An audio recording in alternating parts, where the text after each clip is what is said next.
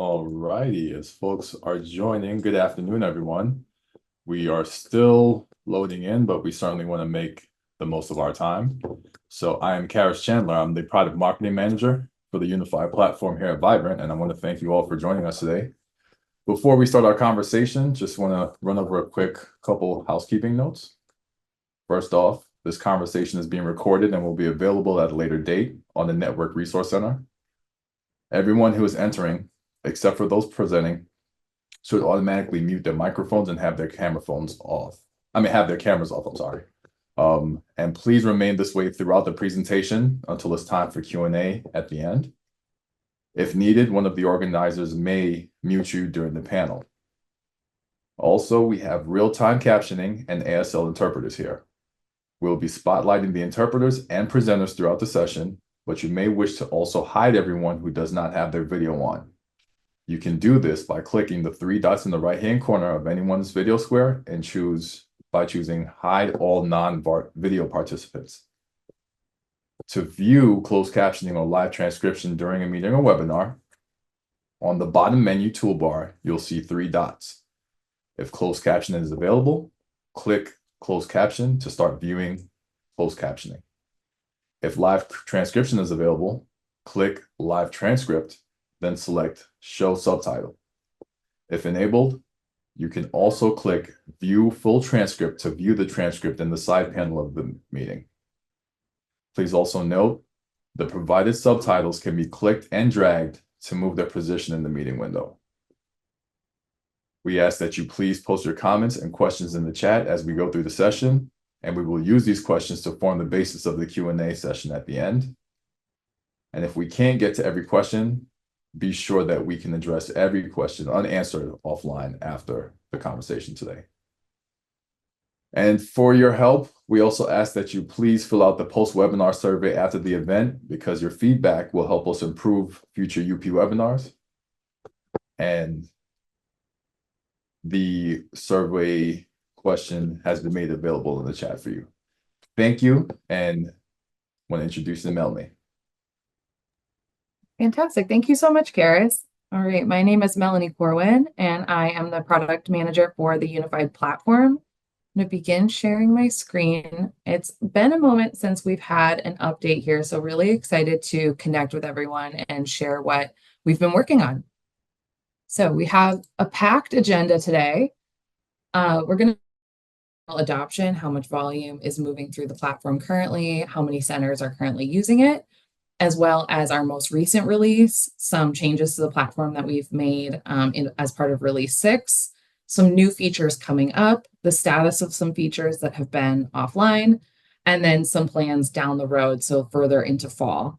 We'll also share a migration and onboarding update, some training updates, an NRC update, and then review some technology best practices, just as a reminder. And then we'll move into the Q&A. Anything that we're not able to answer in the moment, or if we don't get to because we don't have enough time, we'll be sure to share afterwards. All right. Quick overview of adoption thus far. So for the month of August, we had about 34% of network volume moving through the platform.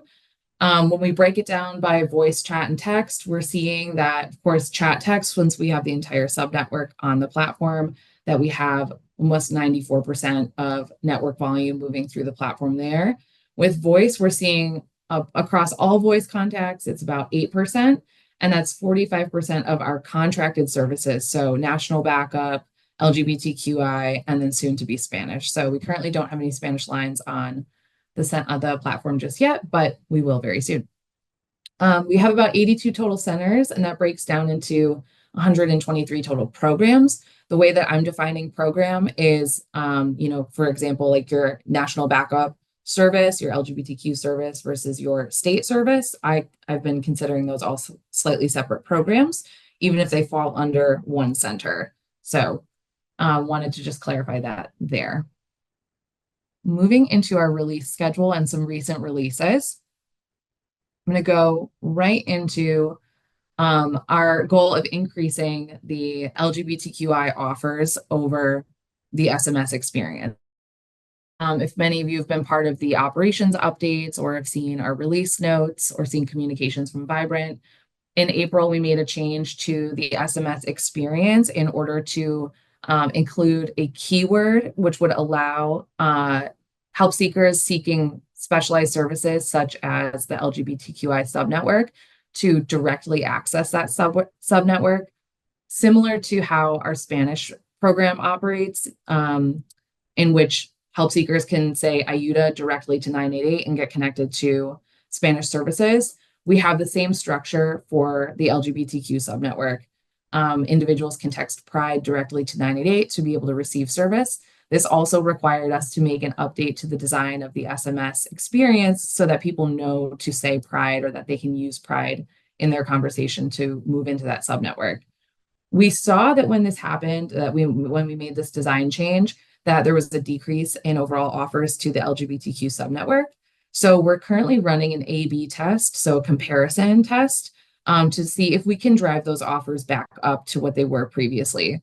So for the last 2 weeks, what we did is we split the network volume, and half of the help seekers received the updated version of the SMS experience, the one that we released in April, and then half received an experience that more closely resembles what the original experience looked like, which was a standalone question asking if individuals wanted to seek LGBTQ services or support from an LGBTQ competent counselor.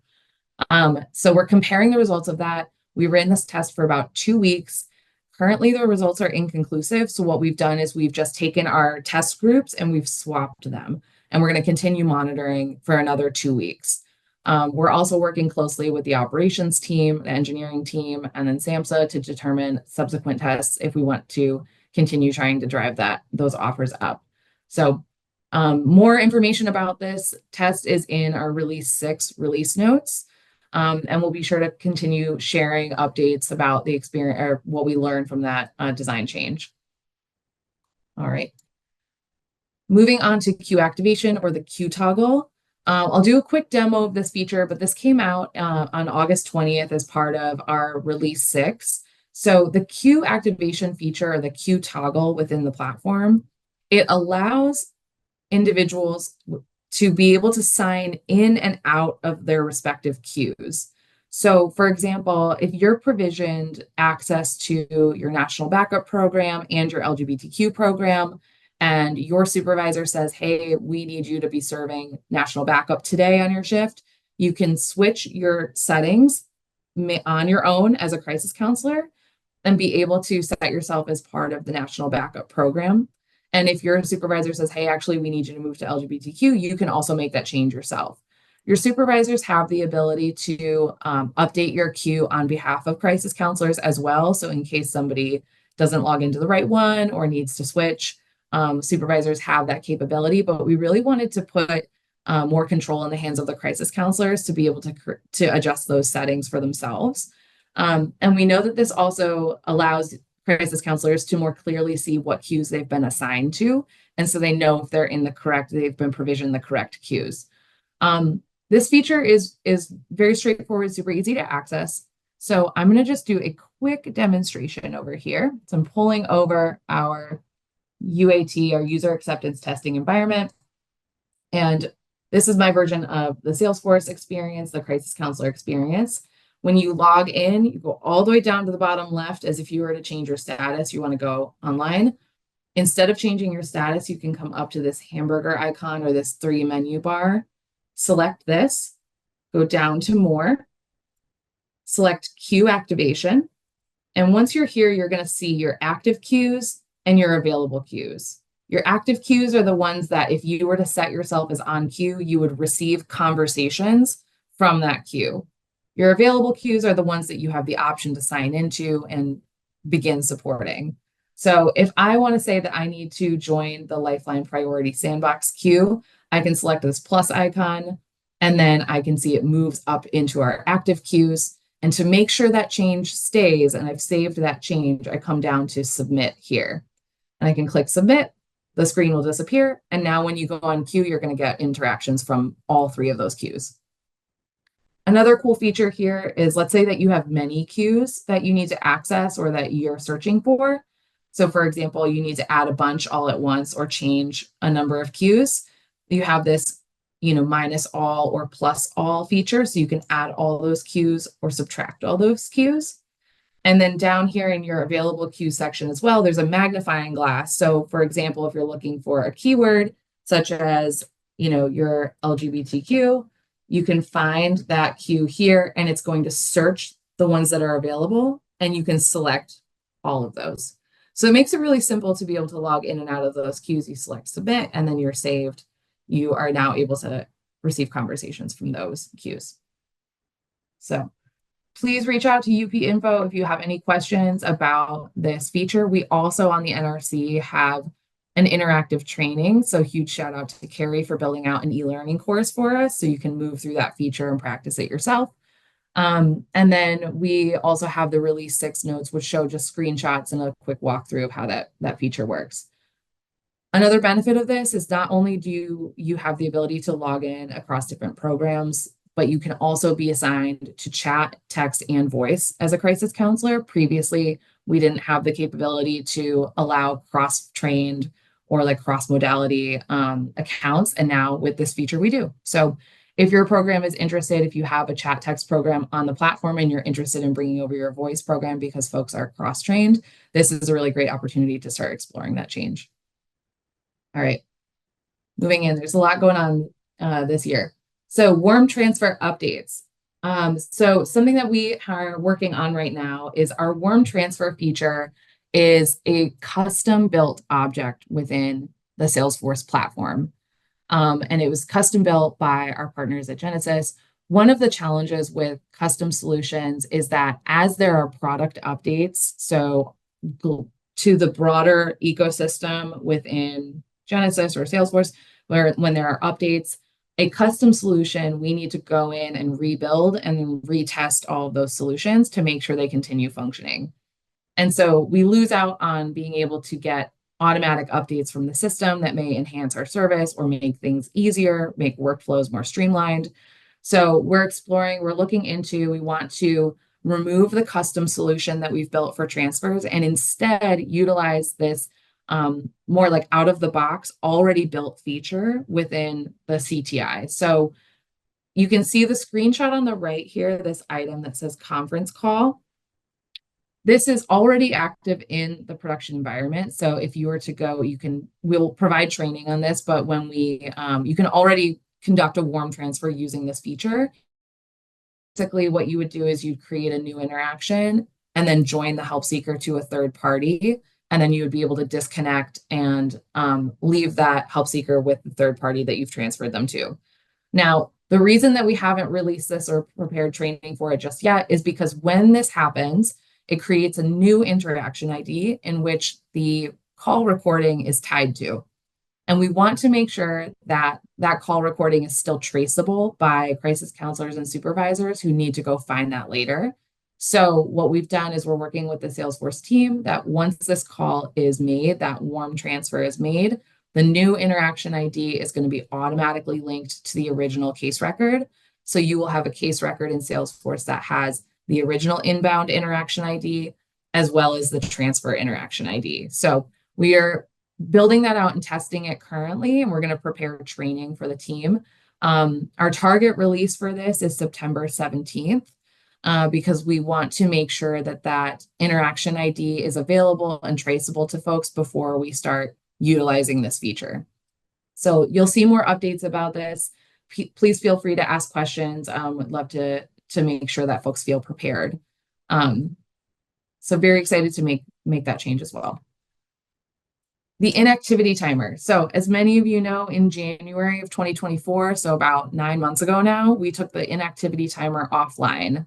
The inactivity timer is a set of automated messages that occur in chat and text conversations. When a help seeker becomes inactive, they no longer are responding to your messages.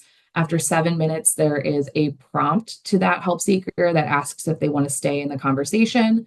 And then if that help seeker doesn't respond, the inactivity timer will send another message and then disconnect that person. The feature was malfunctioning, and so we took it offline to be able to work on it. And we were able to identify the root cause of the initial issue in May. We were able to patch that root cause and fix it. And now what we're doing is we're just testing the timer to make sure that it's working correctly. Some things that we've learned about the timer in this round of testing, we were supposed to launch it on August 20th, but unfortunately it was counting the time in the queue as part of that inactive time. And so we were not able to release it. We want to make sure that people are not getting that disconnect message as soon as they connect with a crisis counselor. So we're continuing to test that feature. We are completing our user acceptance testing with the Vibrant team internally today. And then we're aiming to release this to 2 centers on Monday in the afternoon. And the reason that we're piloting with 2 centers is that this feature, because it creates an automatic disconnect, we want to really make sure that it's working as intended for our help seekers so that we are not, unintentionally disconnecting people who need support. So we're piloting with 2 centers. We've connected with those 2 centers to make sure that they are trained up on being able to alert us to any issues, to tickets, and to make sure that they're submitting network and console logs if and when they experience an issue.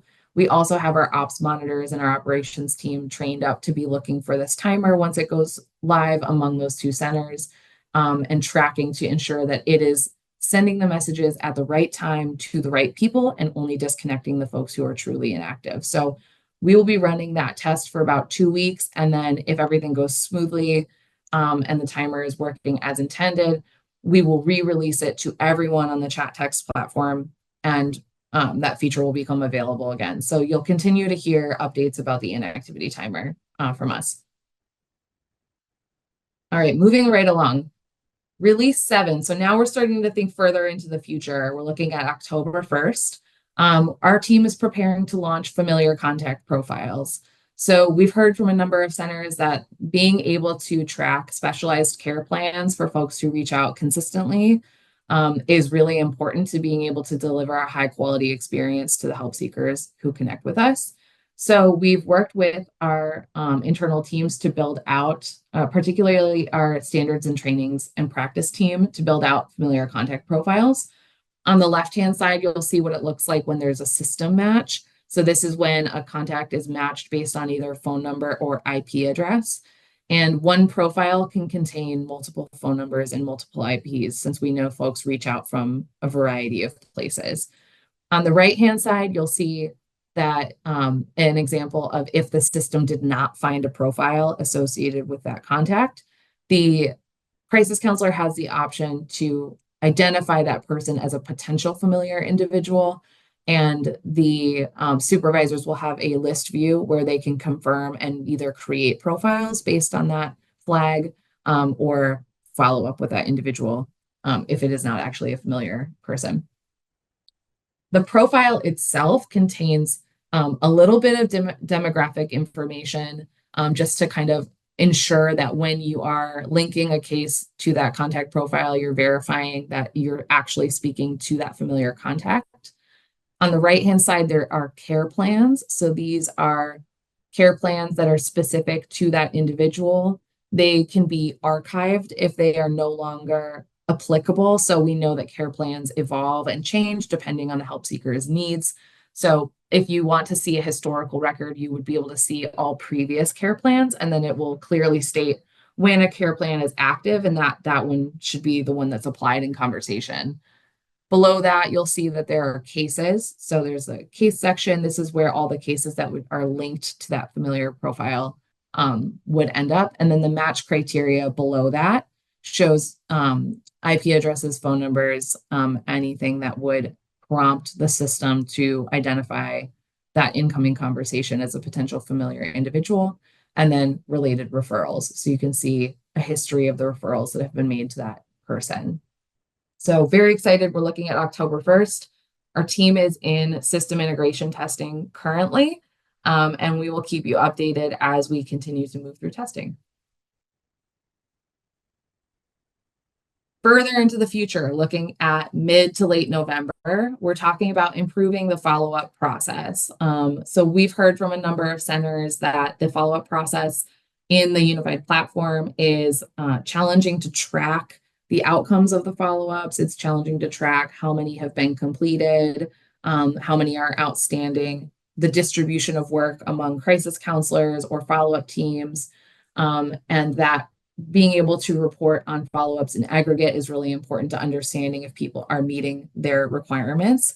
Additionally, we've heard from centers, we conducted a number of interviews with centers to learn about their experience, that the follow-up conversations are a little bit more targeted, particularly around reassessing safety and updating that individual safety plan. So we are looking at ways to make sure that the documentation is more streamlined or that it is a more intuitive process to be able to document within the UP for follow-ups. Additionally, we have heard that it is very important for centers to be able to assign follow-ups to a team rather than an individual. So currently in that follow-up record, the crisis counselor needs the follow-up event to a specific supervisor. We know that people are out sick, they go on vacation, and being able to assign that to a team is really important. A question that we had was if your center has a follow-up team that is exclusively working on outbound conversations or outbound calls, would they be able to have an account on the UP in order to conduct outbound calls and restrict their ability to have incoming calls? Unfortunately, the answer is no, because in order to complete that outbound call, you have to be provisioned to a queue, and it's the same queue in which you would receive a call. The plus side, though, is that in order to receive an incoming call, you need to set yourself as on queue. Every other status is going to block incoming calls. So you can keep yourself off queue in a busy state and still complete your outbound call. So there's no risk of an incoming one at any point. So happy to have reached out. I'll follow up individually with the folks that I have spoken to about this specific point. But if you also, if this resonates with your center, please reach out to UP Info. I'm happy to have another conversation with y'all about the details there. And just talk about the operational impacts. So excellent. That is looking at mid to late November. Additionally, in mid to late November, we are piloting the experience of a shared voice queue for the LGBTQI subnetwork on the platform. So we've been working closely with the operations team. So currently in our chat text experience, centers are pooled into a shared queue, and that's really to increase efficiency for our routing structure, right? So a conversation can come in, we can assess all of the people who are available to support and send that conversation directly to that person who has been waiting the longest. We have the opportunity now with to be able to do that for the LGBTQ voice subnetwork, which has historically not been in a shared queue structure. We are going to be continuing to support our voice centers that provide LGBTQ services that are not on the UP. So they will continue to be part of the subnetwork, continue to get equitable routing, but we are monitoring performance as well prior to making this change, as well as after, since our hypothesis is that we're going to see an increase in answer rate and a decrease in ASA. We want to run this pilot to determine if that is true, so that we can improve the help seeker experience. More information can be found with the operations team. So we've been working very closely with them and kind of, making sure that they are up to speed and providing clear details on how we want to build this out. All right. That's a lot of information. I'm going to pass over to Lola for migration updates. Oh, Here we go. Perfect. Good afternoon, everyone. All right. Thanks, Melanie. First and foremost, because I'm going to be talking about migration updates, I'm kind of directing this information to centers that are interested in joining the UP. So not kind of specifically directing this information for centers that are interested in joining the UP or joining the UP for additional programs if you're already active on the UP. So we have the upcoming October 8th cohort, which I've been in touch with a few of you about already. But first and foremost, for those who are not familiar with the migration process, we do have a 6 week onboarding process. And we have it spread out in this way so that centers can take their time and not feel rushed with the onboarding process. While the process is very simple and very streamlined, we do leave that broader period of time so that folks have time to send in their account list, send in their network tests so that we can ensure that your system is compatible with the UP. By the way, we've had all of our centers onboarding have complete compatibility, so that's never a problem. And then, of course, your live training, which my colleague Carrie will talk about in just a moment. All of this is encompassed in our 6-week onboarding process, whereby the first step is that you receive the welcome email, which details the instructions that you would need to follow in order to get your accounts provisioned in preparation for your cutover. We would determine your migration day based off of what works best for your center and your operations and what feels most comfortable for you. So when it comes to the upcoming migration on October 8th, registration is actually closing very soon. So for those of you that are interested in coming on board, we would get you started essentially next week, actually. And then of course we have the November 12th migration, and we have a December 10th migration available to you as well, whereby we would need to get you registered and confirm participation in that cohort about 5 weeks prior to the actual migration date. So I have the dates listed here for your reference for those of you that want to go ahead and take that down. And of course, if you have any questions or if you feel like you're running behind on the deadline for registration, you can always reach out to up.info, and we can always see what we can do to accommodate you to the best of our ability always. The migration process is very hands-on. So for those of you that do have any hesitations or reservations around not being particularly tech savvy and you feel like you might not have the support that you need, I'm here to ensure you that you would have the support that you need throughout the process, because we do know that everybody has different experience when it comes to these types of processes. It's not a very tech-heavy process, but we do know that some centers need more support than other centers. So I won't pull up the sample welcome email right now, but I can make that available to anyone who wants to take a look. I don't know if they're going to get these slides after if you're going to get these slides after the presentation, it's linked there in the slides so that you can go ahead and take a look and see what to anticipate. Very straightforward communication that breaks down what you should anticipate throughout the onboarding process. And of course, I've also linked the training links to our trainings and demos and micro training videos so that you can take a look at that while you make your decision and consider joining us. Also, those links to trainings are going to be made available to you prior to the live training, which is a part of your migration process. Again, my colleague Carrie will elaborate on the live training process and also the e-learning computer-based training process as well. All of this is incorporated in the 6-week onboarding process.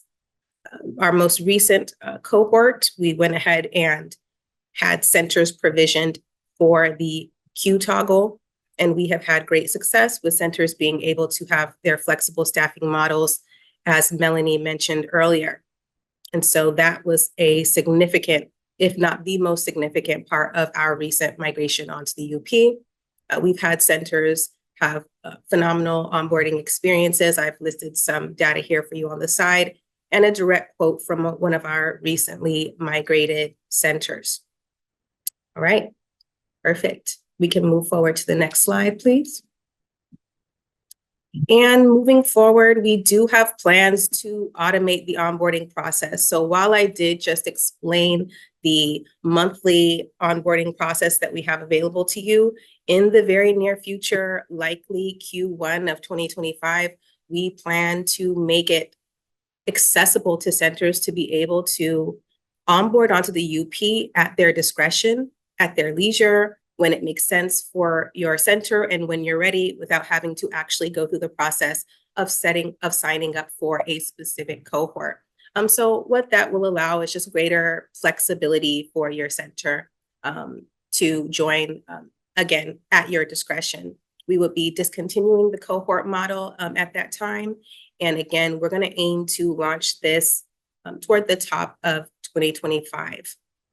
And this process would be done via the Vibrant Exchange tool, whereby you would sign up for UP onboarding via Vibrant Exchange and submit all of your materials that way, rather than the currently existing process. And again, you would still be able to get all of the support that you need, all of the direct support that you need, even once we execute the automated process. You still would be able to get that one-on-one support. So I don't want anyone to fear that that support would go away once automation takes place next year. And that is all for migration. Any questions about migration, please drop them in the chat or email up.info@Vibrant. And I'm going to pass it over to Carrie, our technical trainer.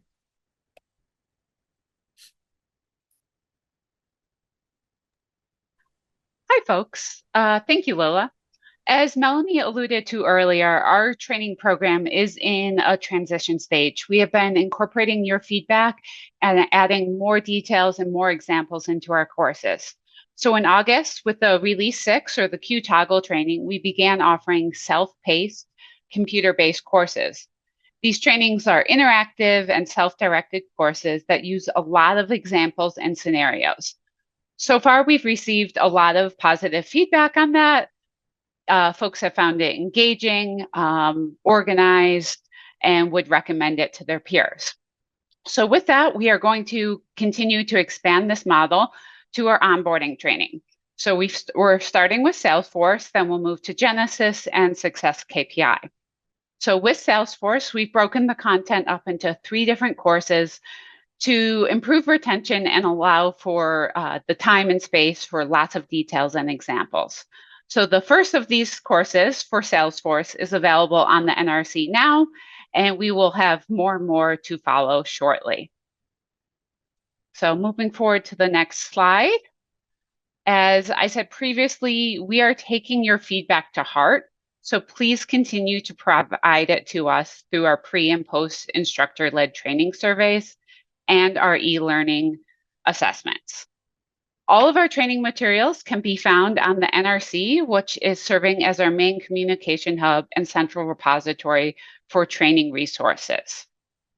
Karis will go into this more shortly.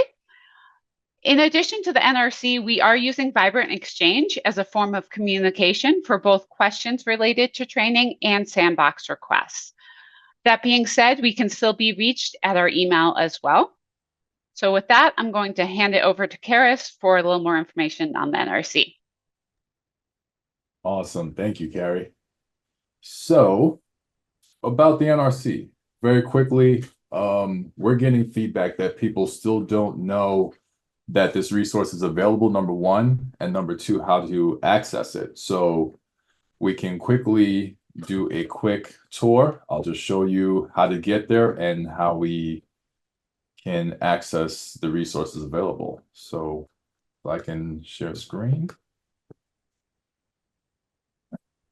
So for the intro of the NRC, this is what you would see when you're logging in, and you can access the content in 2 ways.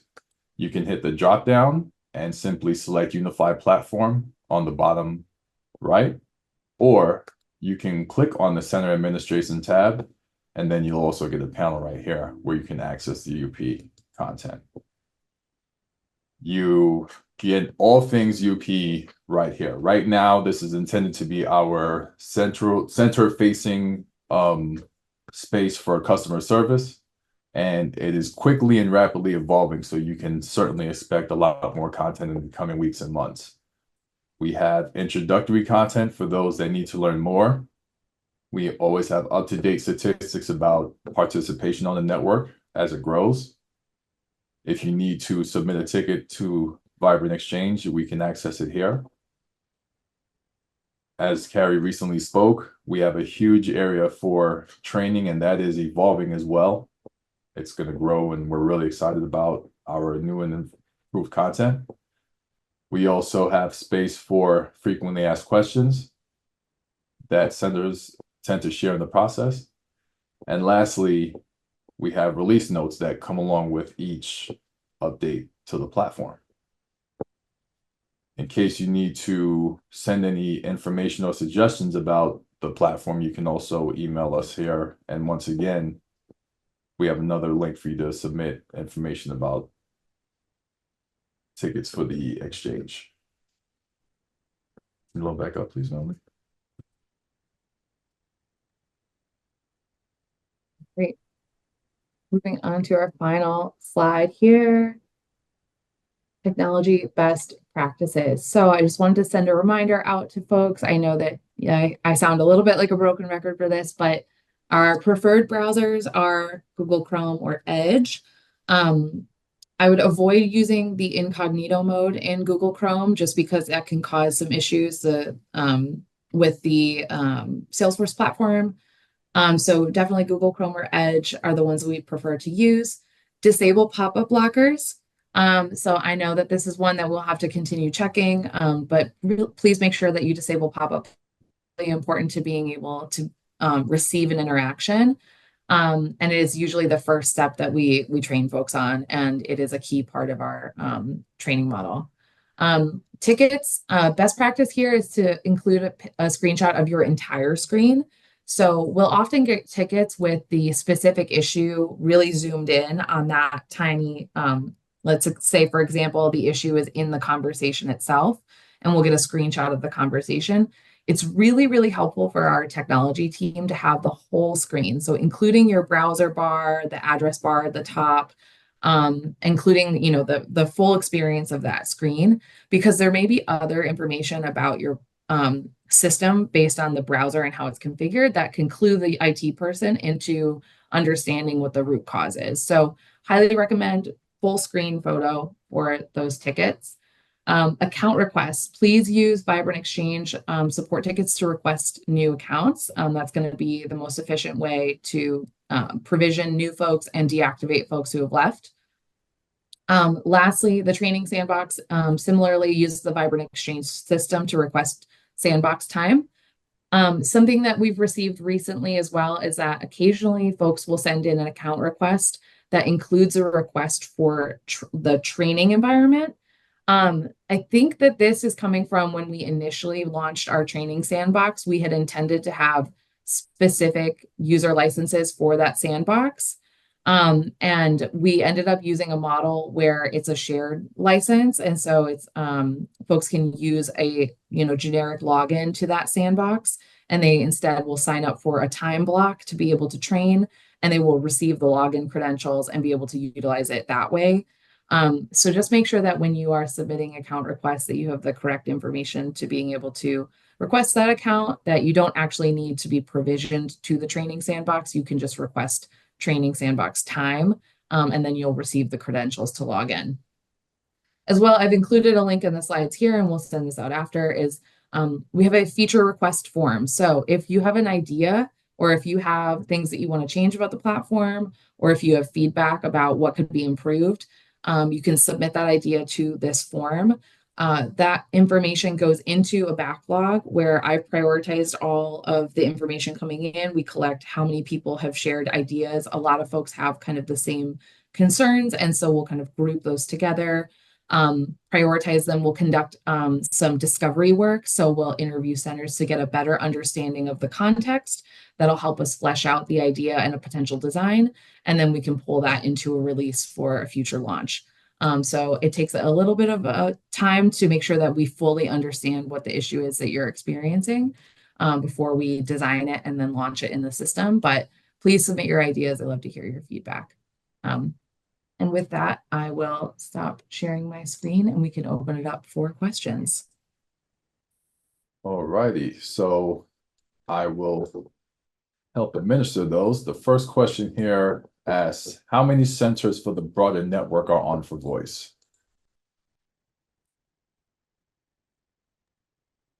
Thank you so much. I believe we had that answered in the chat, but we have 6 centers on for voice currently, and then we have 4 joining in September, on September 10th. So that's next Tuesday. Next question. When will the training be ready for warm transfer? And Carrie went ahead and answered that, letting everyone know that it's still in development and will be released in the next week. So that's great current timed updates. Next question. Will we receive an email when the new conference/warm transfer feature goes live, or do we need to review? That's my area. Actually, I was very curious about people's gauge for getting direct contact from us at the product team. One of the features we will be implementing on the site very soon is the ability to drop your email and get direct contact from us, or you can just check the NRC consistently for updates, because we will certainly be moving to a more content-based model. So stay on the lookout very soon for more updates. Next question. Will there be an option to disable the timer for a specific chat? For example, if it's an imminent risk situation and we want to stay on the chat for longer, even though the person went idle. I really like that idea, and that's not something we have currently considered. So I will be taking that and placing it in our backlog and making sure that as we continue to iterate on the timer and improve it, that we incorporate that. It's great. Okay. How does the UP integrate with agencies who are currently utilizing Salesforce? That's a great question. Currently, the UP standard that we have available right now doesn't integrate with other Salesforce components or other Salesforce orgs.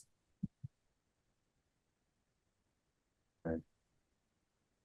In an earlier presentation, there was a reference to past UP recordings as well as responses to chat queries being available. Are those in the NRC or are those available elsewhere? Yes, any prior conversations are available on the NRC space that I displayed earlier. We have tons of past resources available. We have interactive demos, and then we also have other demos that are being subbed out, but we have a wealth of material for you to get acclimated with earlier work. Can we please have trainings on how to obtain reports from the UP? And Carrie responded and let our colleague know that she is working on training for reporting, and that should be available by the end of the year. We do have a demo video that's available, and it's been placed in the chat if anyone has any curiosity about getting reporting training.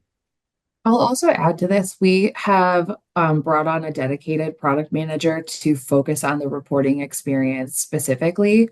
So we know being able to access your data and being able to understand your data and utilize it in the way that you need in order to understand the operations of your center and improve your service. We know that's super important. And so having a dedicated person to look at the entire experience of being able to access data within the UP and make sense of it is going to really help boost the vision in the long run. So we have somebody who's working on that roadmap right now, and we're very excited to be able to be launching more enhancements in the future. Awesome. Next question. Does the warm transfer apply to chats, or is this only for calls? Only for calls. Yep. All right. Two-pack question here. First one is, will contact profiles be put into the sandbox prior to live release? That's a good question. We will have an interactive training in order to understand and utilize the familiar contact profiles. But the way that we update our environment structure, so being able to move a feature up through end-to-end environment, user acceptance testing, and then into production, we wouldn't be able to bring that feature into the sandbox until after we've launched it. So we will have a training that is interactive, that is comprehensive, so that you can practice and understand how to utilize the feature, and then we will move it into the sandbox once it's ready to be launched. Dang. Second part of that question. To update provisioning for additional queues, is that just a VX ticket? For example, adding chat text individuals to include a voice queue. Yeah, that's a really good question. So I think if you are a center that's currently using the platform for chat and text and you're interested in bringing over your voice program, I would love to have just even a 10-minute touch base to make sure that like operationally we're on the same page about what that change would look like for your cross-trained folks. For some centers, it may be a really easy pivot. For other centers that have other features or other tools that they're used to using, we may want to have a longer conversation about how that transition happens. So if you're interested in that, please email up.info@vibrant.org and we'll connect with you quickly. We want to make sure that you feel supported. In the long run, absolutely, we want it to be able to be just like submitting a ticket and make it super, super simple like that. But as we have this feature, it's brand new. And as we're transitioning folks, would love to just make sure that we touch base, make sure we're all on the same page about what that experience would look like and what the impacts would be so that there are no surprises when you make that change. Sounds good. Making room. Do we have any final questions? Do we understand the demo that we got today on QToggle? Do we have any questions about the roadmap, innovations? Do we have any questions about onboarding, training? One thing, I'm not sure if I missed this, Karis, if you got the question about from Deepika, will there be an option to disable the timer for a specific chat? Did we discuss that already? Maybe not. Will there be an option? Yeah, go ahead. Sure. Will there be an option to disable the timer for a specific chat? For example, if it is an imminent risk situation and we want to stay on the chat for longer, even though the person went idle. This may be something that we need to look into. Melanie, is this an option? Right now, Or it's do we not need to look available. into it? Right now, it's not available, but it's definitely a product enhancement that I really like that idea. And so we'll be taking that back to the team and seeing what we can do. Thank you. Really appreciate the range in questions, everyone. And once again, I please ask for your participation. We have a post-webinar survey that's been posted at the end of the chat. Please take a moment of your time to give us feedback on today's experience and any other things you would like to see or hear in future webinars. I'm shocked we made it with 10 minutes to spare. We had so much content. Y'all are great.